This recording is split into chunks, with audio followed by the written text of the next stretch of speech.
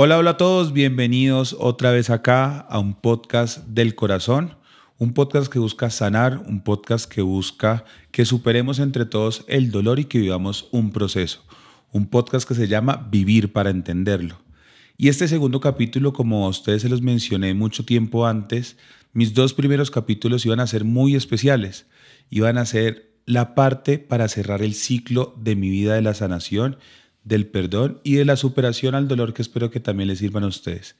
Y es por eso que hoy quise invitar a una persona muy especial para mí, una persona que amo con todo mi corazón, una persona que me enseñó distintos valores en la vida y que yo sé que también es muy especial para ustedes, y esa persona es mi papá. Papá, bienvenido el día de hoy a este también tu podcast, Vivir para Entenderlo. Muchas gracias, la verdad es que nunca me imaginé aquí. Discúlpame. No, tranquilo, papá. No me puedo controlar. Gracias. Papá, para mí esto es muy importante, que hayas decidido acompañarnos, que me hayas permitido la oportunidad de sentarme a tu lado, porque cuando hablamos de sanación yo creo que yo también tenía que vivir una etapa de sanación, y era esa charla contigo, de que viniéramos el día de hoy de acá nosotros dos a hablar. Gracias. Inicio esta charla con algo que es una sorpresa para ti, que nunca has escuchado de mi voz, y es pedirte perdón. Pedirte perdón porque en mucho tiempo me ausenté, pedirte perdón porque no fui un niño fácil, pedirte perdón porque fui un niño que cometió distintas equivocaciones, pero que siempre tenía claro que sus dos personas en la vida más importantes, en la parte masculina, era mi hermano y eres tú. Y gracias a esos valores que ustedes me inculcaron es que yo aprendí a ser el ser humano que soy. Y entonces inicio pidiéndote perdón y agradeciéndote por compartir hoy. Yo no tengo nada que perdonarte a ti, Jorge. Tú siempre has sido mi hijo y siempre te he considerado de esa manera, de tal forma pues que si ese es un sentimiento que tú quieres vivirlo y expresármelo, bueno, está bien. No hay problema con eso. Pero yo nunca he sentido que hubiera la necesidad de que lo hicieras. Te lo juro que no. Gracias, papá.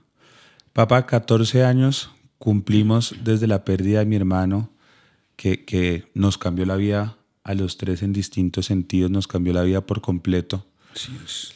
Y empezamos con esta pregunta que es un poco difícil. ¿Tú sientes que estos 14 años ya sanaste, superaste el dolor, estás en ese proceso de sanación? Bueno, respecto de eso, y ya yo lo he dicho en otras ocasiones, pues no recuerdo que te lo haya expresado a ti de manera directa, pues personal, pero respecto de la ausencia de Luis y las circunstancias, además yo lo dije públicamente, a quienes hayan tenido que ver de alguna manera con el crimen de Luis, yo los he perdonado, yo los perdoné, yo. Lo demás, que Dios sea, en la fe que profeso, que tú la conoces, que sea quien lo decida. En ese sentido, yo los perdoné. Y tengo que decir también que yo siento que el dolor ha aliviado. Claro que sí, el dolor ha aliviado. Las tristezas, ha sido como un subir y un bajar. Sobre todo, pues como ya lo he dicho y tú lo sabes, octubre es difícil para todos nosotros. La herida incluso, yo creo que ha sanado, pero la cicatriz no se me borra. Y el hecho de que la cicatriz no se me borre, eso no es tampoco figurativo, no. Es que yo sé que eso a ti no te tiene que molestar, porque tú lo sientes como yo. Todos los días me acuerdo de Luis, yo todos los días pienso en Luis, a mí todos los días me hace falta Luis, con lo cual no quiere decir que tú no me hagas falta, por el contrario, después de que Luis se fue, más falta me haces tú, porque sé que estás presente, y por supuesto que hay una cercanía mucho mayor, porque te toco, porque te agarro, porque te puedo sentir junto conmigo, te abrazo. Entonces, por supuesto que esa falta tuya también para mí es mucho más fuerte Pero respecto de Luis, yo creo que no voy a sanar, Jorge. No voy a sanar. Todos los días me hace falta. ¿Para qué te miento? No voy a sanar. Todos los días me falta. Todos los días. De mi vida me hace falta. Yo creo que muchas personas, papá, nos hemos dado cuenta de ese sentimiento que tú has tenido por mi hermano, de la lucha y la tenacidad que en muchos casos has tenido por exaltar el nombre de mi hermano, y eso es lo importante de este espacio. Es un espacio en donde buscamos soltar, liberar el dolor, liberar a veces Sí, pero los vacíos que uno va teniendo en el corazón, y por eso gracias, porque acá te estás dando la oportunidad para soltar eso que estás sintiendo. Pero contémosle a la gente, mi hermano, para ti, ¿quién era él? ¿Qué era la figura que tú veías de mi hermano? mi primer hijo, la primera ilusión que tuve, lo supiste cuando ya empezaste como a razonar de las cosas. Cuando yo llegué a la clínica del CAN, de la Caja de Previsión, que tú sabes que yo no acompañé a tu mamá en todo el proceso de parto, siempre venía era tu abuela, porque pues, yo esas cosas para mí siempre han sido difíciles, de cuestiones de enfermos y eso. Yo estaba en el trabajo, trabajando, hasta cuando ya finalmente Luis nació, que todo el mundo sabe, porque eso es como anecdótico en la familia. Yo llegué y enfrente del vidrio que había, donde estaban todos los recién nacidos, inmediatamente identifiqué quién era Luis. Ese es, dije. Y efectivamente era ese. Entonces eso de alguna manera dice lo que desde el momento en que nació Luis fue representando, además lo que él fue siendo, formándose. De alguna manera, pues también tengo que admitirlo, en muchas cosas impuestas por mí, por la manera como quería yo que fuera el hijo que yo tenía, consciente además también, y que después tú lo supiste en el sentido en que si Luis tenía un hermano, tenía que transcurrir varios años para que hubiera entre los dos hermanos una relación de consideración y de respeto, porque tú conoces que mi relación con mi hermano inmediato, que yo soy el mayor, nunca fue fácil. Yo le llevo a él 11 meses y yo siempre me formé eso en mi cabeza, que si yo tenía más de un hijo, el segundo tenía que nacer por lo menos 5 años después, y así pasó. Tú naciste 5 años después y de alguna forma, pues yo no sé, creo que esta conversación en ese sentido no la habremos tenido. Lo que buscaba era eso, que tú tuvieras como una luz, una guía, un camino, alguien que te llevara de la mano, y creo que eso, sin que lo pretendiéramos en la casa, fue un rol que Luis asumió casi desde el momento en que supo cuando tú naciste, que lo llevé a la clínica Reina Sofía para que te conociera, la emoción de él cuando él vio que él parecía que era que la mamá le había entregado un muñeco y él creía que era un muñeco, y en fin. Eso fue siempre Luis, y yo lo he seguido construyendo. Es decir, después del 2010, con sus 20 años, Luis tiene, en lo que yo he venido recreando, tiene sus 34 años en mi imaginación. Y ya terminó sus 2 carreras, está ejerciendo sus profesiones con éxito, reconocido, porque eso era lo que él marcaba desde un principio. Y eso es totalmente cierto lo que tú dices, papá, y lo lograste porque siempre en todos los lados yo he mencionado que tú te mentalizaste en que no querías que nosotros como familia viviéramos muchas deficiencias que a ti te tocó vivir en tu infancia. Y siempre lo he dicho, te empecinaste en trabajar para lograrnos dar la vida que gracias a Dios hemos tenido. Pasamos por excelentes colegios, estudiamos en una excelente universidad, y todo eso es gracias a ti y todo ese esfuerzo.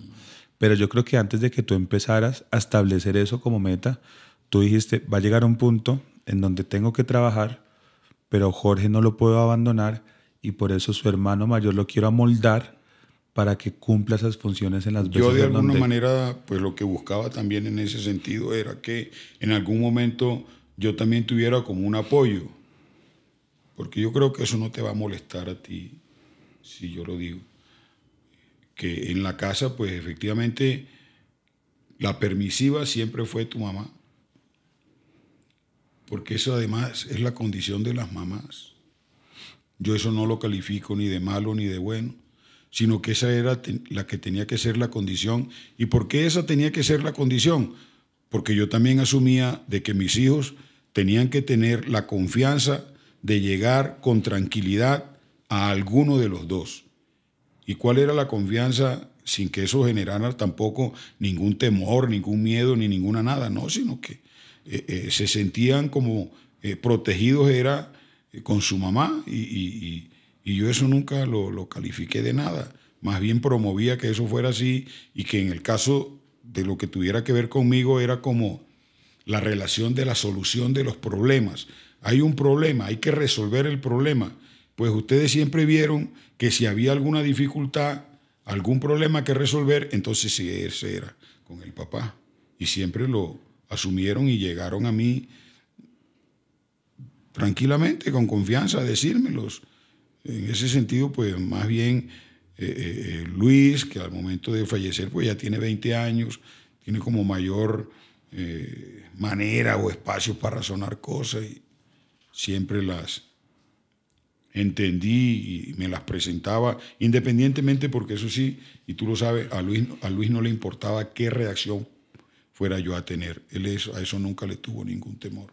Pasara lo que pasara, pero mi papá es el que me va a resolver los problemas. Y de alguna forma, pues tú también creciste aprendiendo eso. Y eso fue lo que en la casa así se estableció, de que quien protegía, quien permitía, quien de alguna manera patrocinaba o era como la persona, vamos a decirlo en esos términos coloquiales, sin vergüenza con ustedes dos, era tu mamá. Y la parte pues del carácter, del ser fuerte, de poner las normas, las condiciones, pues era yo. Y te consta que eso siempre fue así. Y la formación de carácter, papá, yo creo que fue muy importante. Los valores, y lo hablábamos antes de empezar, Sí. que si hubiera sido un padre más permisivo, un padre que no formara el carácter y que no nos enseñara a ser seres humanos de bien, pues o mi hermano o yo o los dos estuviéramos en momentos de la vida en situaciones totalmente distintas y no con la tranquilidad y la convicción que te dio a ti el no creer alguna historia que nos intentaron imponer sobre lo que había sucedido esa noche. Sí, es probable que eso hubiera tenido de alguna manera ahí algún efecto en términos de formación y de consideraciones, porque además, y te vuelvo a plantear lo mismo, yo venía pues también de un proceso formativo bastante complicado y difícil, tú lo sabes, yo quedé huérfano de madre cuando yo tenía 9 años, yo soy el mayor de mis hermanos, yo con 9 años tocó asumir la responsabilidad de mis otros hermanos, de prepararles el desayuno para que no fuéramos para la escuela, de organizar ropa, de cantidades de cosas, y eso de alguna manera creo que Dios sabía por qué me lo estaba permitiendo vivir, porque pues en ese sentido era necesario que luego cuando yo fuera un papá, pues también tuviera la manera de organizar una forma de vivir conforme corresponde, sin pasar por encima de nadie, respetando a las personas, teniendo consideración por la gente para criar a los hijos que yo tuve. Papá, tú eres una persona que muy pocos lo saben, pero para mí tú eres de las pocas personas que saben qué es vivir un duelo, qué es vivir una pérdida y qué es vivir el dolor. Tú acá estabas comentando que quedaste huérfano muy temprano, pero no solamente perdiste a tu mamá, sino que tiempo después perdiste un hermano. Así es. Años después has perdido a un hijo. Entonces, en ese momento, o con tu última pérdida que fue la de mi hermano, ¿vivirías el dolor o el duelo de la misma manera? ¿O ahora reflexionando dirías, lo viviría de una manera distinta, o hubiese hablado más, hubiese hecho una cosa, la otra? Hay muchas personas de las que nos ven y nos escuchan que viven esos dolores y nos los escriben. Entonces, ¿tú vivirías el dolor de la misma manera o le cambiarías algo al momento de vivir ese dolor? Sí, es una situación que entrar como en unos planos allí de clarividencia, que yo creo que no es el caso, pero yo creo que se darían las mismas circunstancias y se irían a desenvolver de la misma forma, Jorge, porque pues uno también tiene sus formas de ser y teniéndolas, por supuesto que cada vez que la circunstancia o la situación se den, van a ser las mismas. Van a ser las mismas y se va uno a desenvolver siempre de la misma forma, de la misma manera.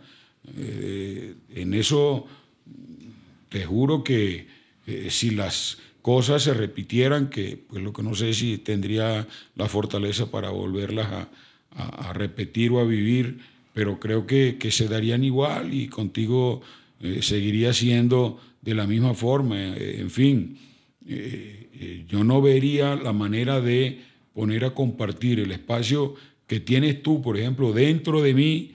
Yo no lo comparto con ninguno. Es algo que yo lo vivo y lo quiero vivir así, que ahí solamente estés tú. Y en lo que tiene que ver con Luis, pues de la misma forma, mi recuerdo, las nostalgias de todos los días, me levanto y me acuesto pensándolo, hablo mentalmente con él, yo solo, le digo que él sabe en los que estoy, que qué le pasa, que por qué no me da fuerza, no me acompaña, en fin, yo me siento tranquilo con eso. Yo soy así. Y para los que no saben, para las personas que no saben, mi papá ha tenido un crecimiento espiritual muy grande porque antes de convertirse en contador público, porque es contador público, muchos creen que es abogado, sabe mucho de derecho, pero es contador público. Pero antes de eso iba a ser sacerdote. Te estabas preparando para ser sacerdote, papá. ¿Y sí, cómo fue el cambio de la vida? Sí, pero no tenía para qué decir eso. Es que acá también pasamos momentos de alegría.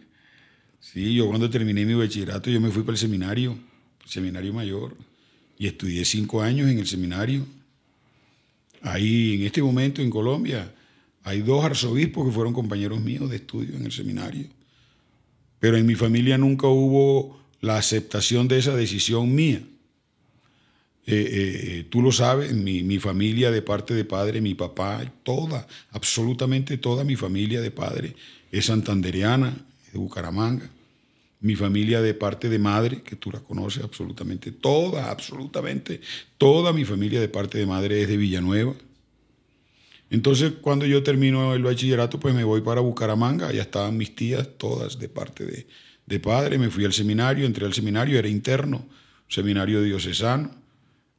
Terminé la filosofía estudiando en ese seminario, pero siempre hubo mucha presión porque yo como que no desperté o generé la credibilidad necesaria en mi familia para que admitieran de que yo quería estudiar eso. Entonces siempre me sentí con esa presión, de tal manera que cuando terminé la filosofía para seguir a teología, me salí y con el apoyo de mis tías me metí a estudiar contaduría, que no lo decidí yo tampoco, porque eso lo tengo que decir. Yo no fui el que decidió estudiar contaduría. Hoy en día, por supuesto que no me arrepiento porque tú sabes todo lo que yo he sido en el campo de mi profesión. Pero no me arrepiento de haber estudiado contaduría y empecé a estudiar contaduría en Bucaramanga también. Sino que después me vine para Bogotá porque pues, mis hermanos de crianza se vinieron para acá y ellos me dijeron que por qué no venía aquí a acompañar y a vivir con ellos, y me vine para acá y estudié otra vez, a empezar de nuevo, contaduría en la Central, la Universidad Central, que fue donde finalmente me gradué, siempre siendo pues reconocido, porque conté con muchas situaciones que fueron muy favorables para mí en el proceso de estudio, que me dieron de alguna manera una condición de liderazgo dentro de mis compañeros. ¿Y esa espiritualidad que estuviste o que estudiaste en el seminario, papá, también te ha servido para soportar las cargas duras que la vida te ha dado? Sí, por lo que allá aprendí, porque yo aprendí mucho ahí en el seminario, todo en lo que tiene que ver con los temas de la fe, de las convicciones. Tú me puedes dejar a mí como mentiroso y aquí puedes aprovechar esa oportunidad. No. Nunca le dije a mis hijos, vamos a misa. Eso jamás, nunca. Porque eso tenía que salir de su propia voluntad, de sus convicciones, que sintieran que querían. Es más, cuando ustedes nacieron, que desde cuando yo llegué a Bogotá hace 40 años, estoy yendo a misas, el domingo es al 20 de julio, que tú sabes, al Divino Niño. Nunca le acepté a tu mamá llevarlos a ustedes siendo bebés allá, porque no he sido partidario de eso. Ustedes empezaron a asistir a pues todo lo que tiene que ver con los sacramentos y todas esas cosas, ya teniendo más o menos 7 años que empezaran a entender esas cosas. ¿Te acuerdas también con el tema de los cumpleaños? Yo nunca fui partidario de que a mis hijos se le hicieran fiestas de cumpleaños sin ellos saber ni siquiera qué era lo que estaba celebrando. El primer cumpleaños de Luis se celebró cuando él cumplió 5 años. Boté la casa por la ventana. Pues sí, lo mismo que hice contigo. Pero cuando ya tenían 5 años ya sabían qué era lo que se estaba celebrando y eran conscientes de eso. Lo mismo en los temas de la fe. Y yo eso lo asumí con suficiente responsabilidad cuando estuve en el seminario. Al punto de que hoy esas son mis convicciones. Yo a nadie le impongo mi fe. Yo aprendí que la fe es íntima y uno la tiene que vivir. Uno, íntimamente con Dios. Que cada quien crea en lo que le dé su gana. Yo no me meto en la fe de nadie, pero que a mí me dejen también creer en lo que a mí me da la gana de creer. De pronto se escucha fuerte, discúlpame, pero es por ser suficientemente expresivo. Yo no me meto en las convicciones de nadie, que nadie tampoco se mete en las mías, porque es que con las que yo vivo, yo procuro no afectar ni alterar a nadie, porque me gusta ser íntimo en eso. Yo no ando brincando o exponiéndome o haciendo figuras. Por eso es, y tú lo sabes, porque después lo conversamos. La última vez que me despedí de Luis fue que me llamó tanto la atención cuando entramos a la capilla, en ese momento cuando existía el Antiguo Dorado, que estaba la capilla en el segundo piso, que lo veo que él se va solo y se sienta allá adelante. En el Santísimo. Allá solito y en una actitud de tanta entrega y devoción, que yo después, pues con los años, fue que vine a interpretar esa actitud de él en el momento en que estábamos despidiéndonos. No tengo ninguna duda que le estaba pidiendo a Dios que me fuera bien. Yo no tengo ninguna duda de eso. Y que me fuera bien, que fuera exitoso y que regresara contento y que él iba a estar feliz esperando. No tengo ninguna duda de eso, Jorge. Por eso, precisamente, porque cada uno de ustedes ha vivido la fe que ha construido. Ahora, que yo eso, de alguna manera, por supuesto, siendo mis hijos, y en el caso también de Oneida, que bien lo sabes que es bien devota, también lo haya apoyado, promovido, en fin, pero en términos de la vivencia, que cada quien lo viva conforme se siente que lo vive. Yo en eso no soy ni siquiera libre, Jorge, y tú lo sabes. Yo en cuestiones de fe soy libertino, que cada quien crea en lo que quiera, pero a mí déjenme creer en lo que yo quiero creer y vivirlo íntimamente. Sí, y acordándome, papá, de ese día que estábamos en la capilla, que mi hermano estaba orando, que lo tenemos muy presente, yo creo que fue una de las noches donde como familia más nos reímos tomándonos un café. Por supuesto. Muchos sí. viajes te acompañamos porque era ley nuestra el domingo, el sábado recogerlo. Así es. Y luego empezar la rutina de un sábado. El domingo era sagrado para nosotros, en familia, ir a almorzar juntos. Así es. Porque siempre esos valores no lo inculcaste.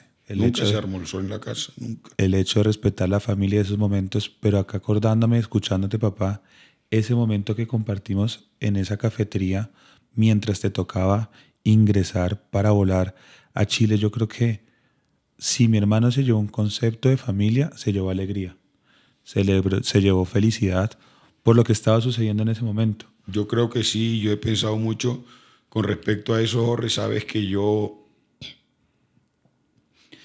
eso de alguna manera a mí me tranquiliza, que Luis tiene que estar feliz porque nunca le negamos nada en la casa.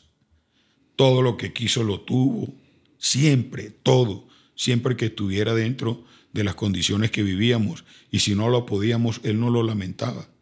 Pero todo lo que quiso, todo lo que él quiso tener y vivir, lo tuvo y lo vivió.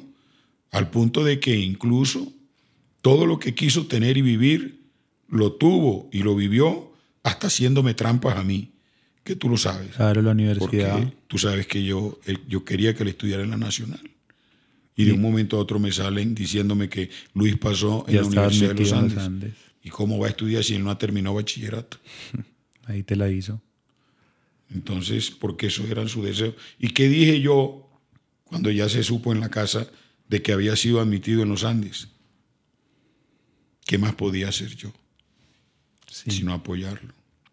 Tuvo que haber muerto, fallecido feliz. Él tiene que estar viviendo feliz a donde está. Y él tenía la convicción siempre de que te sintieras orgulloso de lo que él hacía. No tengo duda.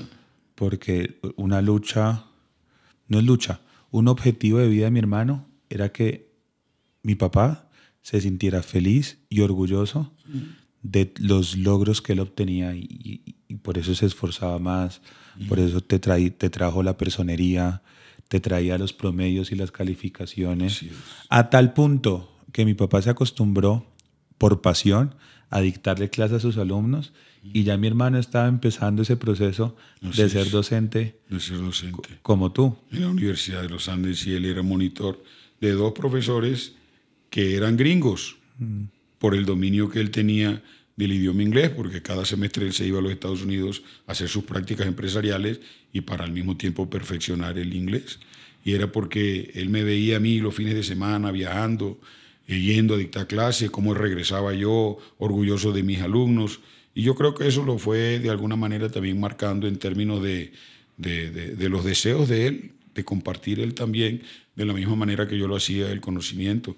Y eso seguro que lo hacía con mucha satisfacción. Y yo en mi construcción mental que he venido haciendo en estos 14 años, yo me lo he imaginado dictando clases, Jorge, en universidades famosas, porque yo estoy seguro de que por el camino que él llevaba, eso lo iba a lograr. Estoy seguro. Sí, papá, yo también. Papá, ya hablamos de el dolor, hablamos de la sanación, que es el proceso que uno siempre está intentando vivir para soportar y luego hacer esto que estamos haciendo nosotros conversando. Pero llegó un punto en el que debíamos hablar de una nueva etapa de la vida en la que tú estás. Yo creo que mucha gente nos ha escrito, pero nadie se ha imaginado lo que yo voy a mencionar. Y es que yo siempre creo que una vida nueva trae felicidad. Una vida nueva trae tranquilidad. Una vida nueva trae paz. Y eso es lo que está sucediendo. En estos momentos, para ninguno de los que nos ven, y para ti ni para mí, es un secreto del hecho de que yo tengo un hermano menor. Últimamente no, este año he visto las fotos, te he visto compartiendo, te he visto llevando, trayendo, montándole en un camión, metiéndole en el mar, comiendo, riéndose, viendo fútbol, distintas situaciones. ¿Cómo te sientes en esta nueva etapa de la vida? Pues Jorge, a ver, te tengo que decir respecto de eso, que eso no tiene comparación.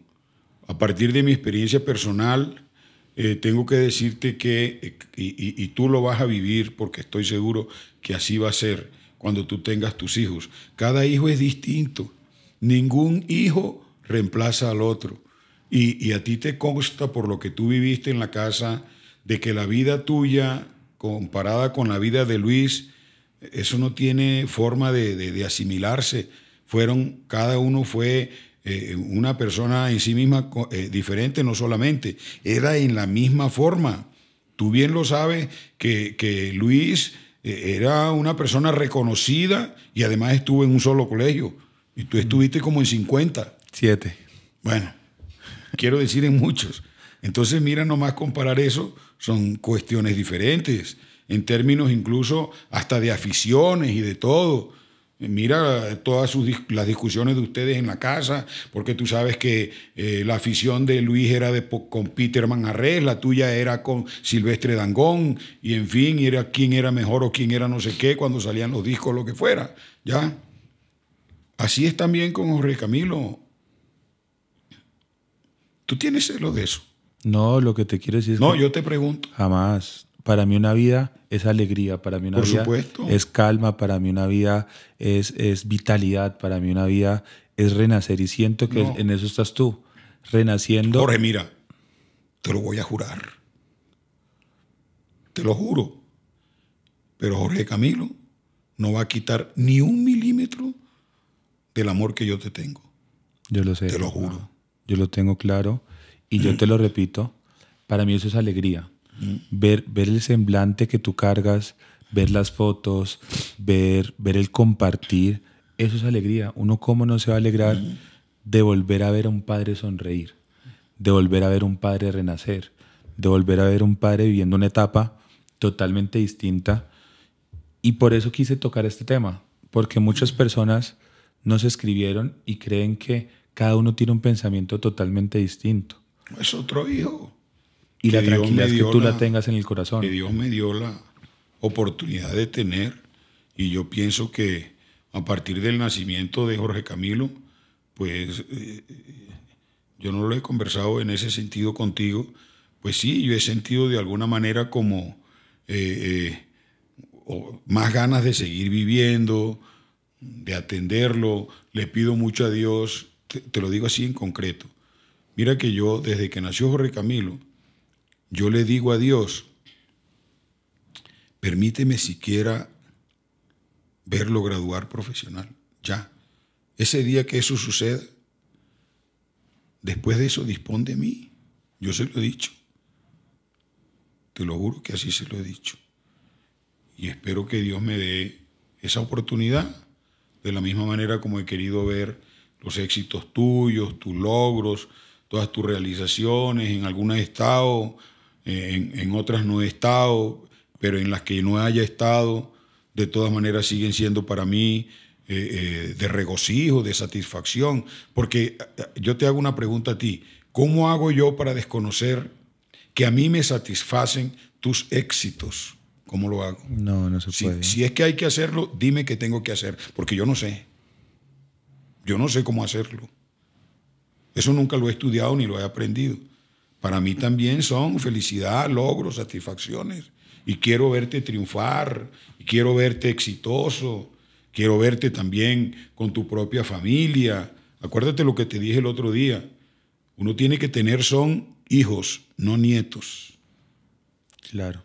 Y por eso, papá, aprovecho también esta oportunidad para darte mi alegría, porque la vitalidad se te nota, se te siente, las ganas de luchar se te ven, se te sienten, y eso es alegría para un hijo. Porque ya llega el punto en donde ya mi vida va a iniciar, o ya inició, pero sé que hay algo más que te mantiene a ti fervoroso y con ganas de seguir. Y por eso yo creo que podemos, para ir concluyendo, tú me puedes decir, estoy en una etapa en donde ya estoy lleno de alegría. Bueno, no estoy lleno de alegría.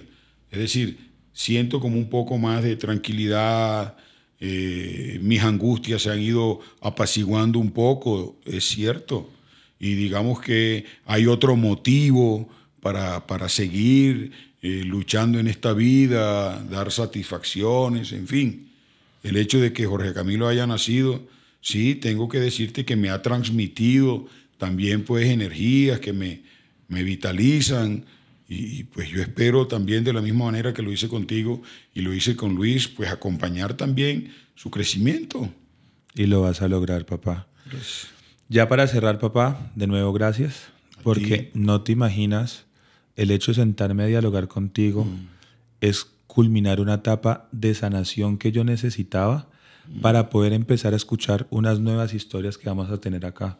Yo creo que para mí era muy importante el cerrar ese ciclo de sanación hablando con mi papá, de nuevo disculpándome por muchos errores que yo admito que he cometido, por conductas que no han sido correctas, que me han servido a entender o a ser un mejor ser humano, pero yo siempre estaré agradecido con Dios por el papá y la mamá que me dio, porque gracias a ustedes soy la persona que soy, tengo los valores que tengo, y a tu esfuerzo he logrado llegar hasta donde he logrado.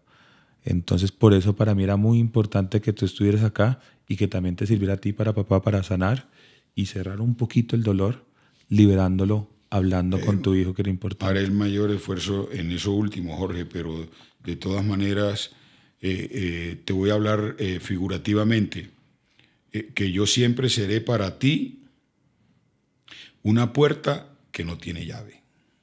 Yo lo sé. Una puerta que yo tiene llave.